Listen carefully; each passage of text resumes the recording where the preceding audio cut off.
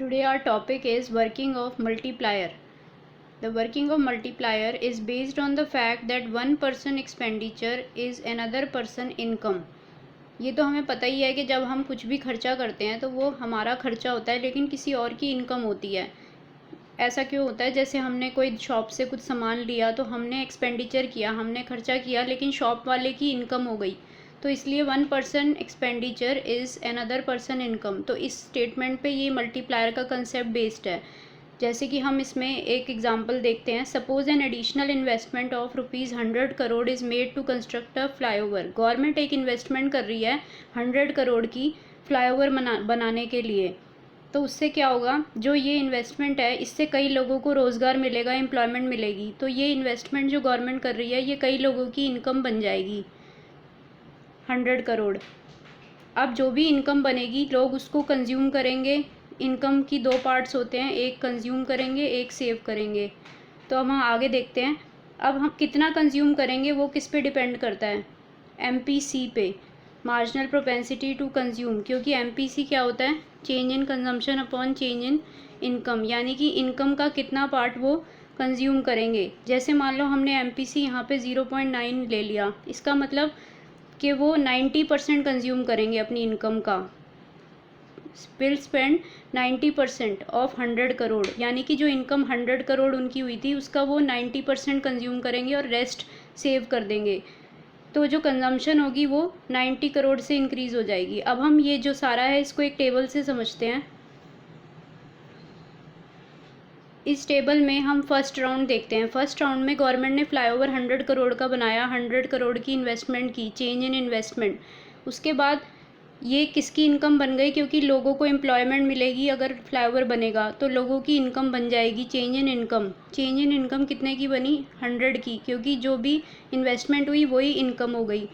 लेकिन अब जो भी ये इनकम है उसका 90%, क्योंकि MPC हमने यहाँ पे 0.9 एज्यूम किया है, तो 90% वो कंज्यूम करेंगे, चेंज इन कंजम्पशन।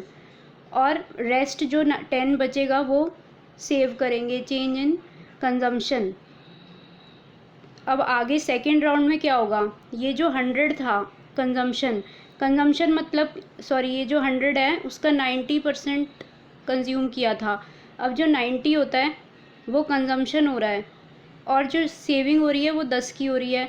तो सेविंग तो आगे फर्दर यूज़ होगा नहीं क्योंकि वो तो सेव हो गया, लेकिन जो 90 कंजम्पशन हो रही है, ये वाली कंजम्पशन का मतलब भी तो एक्सपेंडिचर ही होता है। फिर से हम खर्चा करेंगे और फिर से वो किसी और की इनकम बन जाएगी। तो ये 90 दोबारा से क्या हो जाएगा? इस 90 का दोबारा से ये किसी और की इनकम बन जाएगी, तो दोबारा से ये चेंज इन इनकम में आ जाएगा। अब दोबारा से इस इनकम का, जिसकी भी वो इनकम बनी, वो 90% इसका कंज्यूम करेगा और जो बाकी बचेगा वो सेव करेगा। जैसे 90 का 90% 81 वो कंज्यूम कर रहा है और सेव कितना कर रहा है? 9। तो सेकेंड राउंड हो गया। अब दोबारा से 81 में जो कंजम्पशन है, फिर से 81 की कंजम्पशन मतलब किसी की कंजम्पशन मतलब किसी का एक्सपेंडिचर हो रहा है। कंजम्पशन का मतलब एक्सपेंडिचर होता है, किसी का एक्सपेंडिचर हो रहा है और वो दूसरे की इनकम बन जाएगी।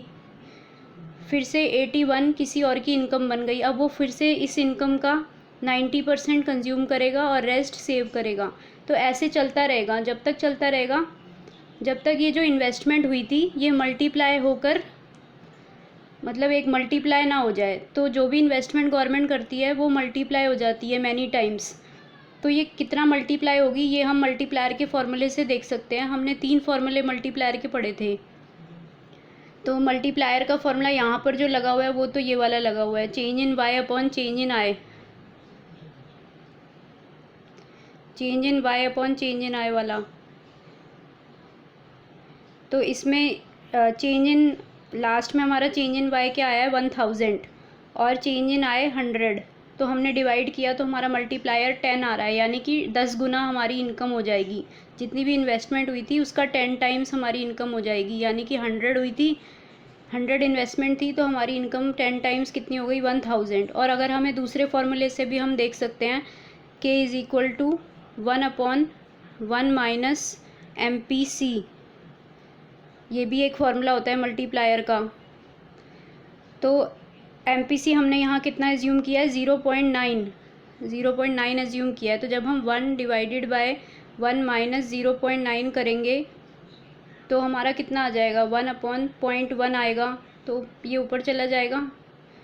तो 10/1 यानी कि हमारा k कितना आ जाएगा, 10, मल्टीप्लायर हमारा 10 आ जाएगा, यानी कि 10 गुना। तो जितना ज़्यादा MPC होता है उतनी ज़्यादा हमारी इनकम मल्टीप्लाई होती है, उतनी ज़्यादा मल्टीप्लायर होता है हमारा। तो ये भी इम्पॉर्टेंट है कि डायरेक्ट रिलेशन होता है मल्टीप्लायर k में और MPC में। MPC जितना ज़्यादा होगा उतना ज़्यादा मल्टीप्लायर होगा। तो ये हमारा इन्वेस्टमेंट मल्टीप्लायर का कंसेप्ट है।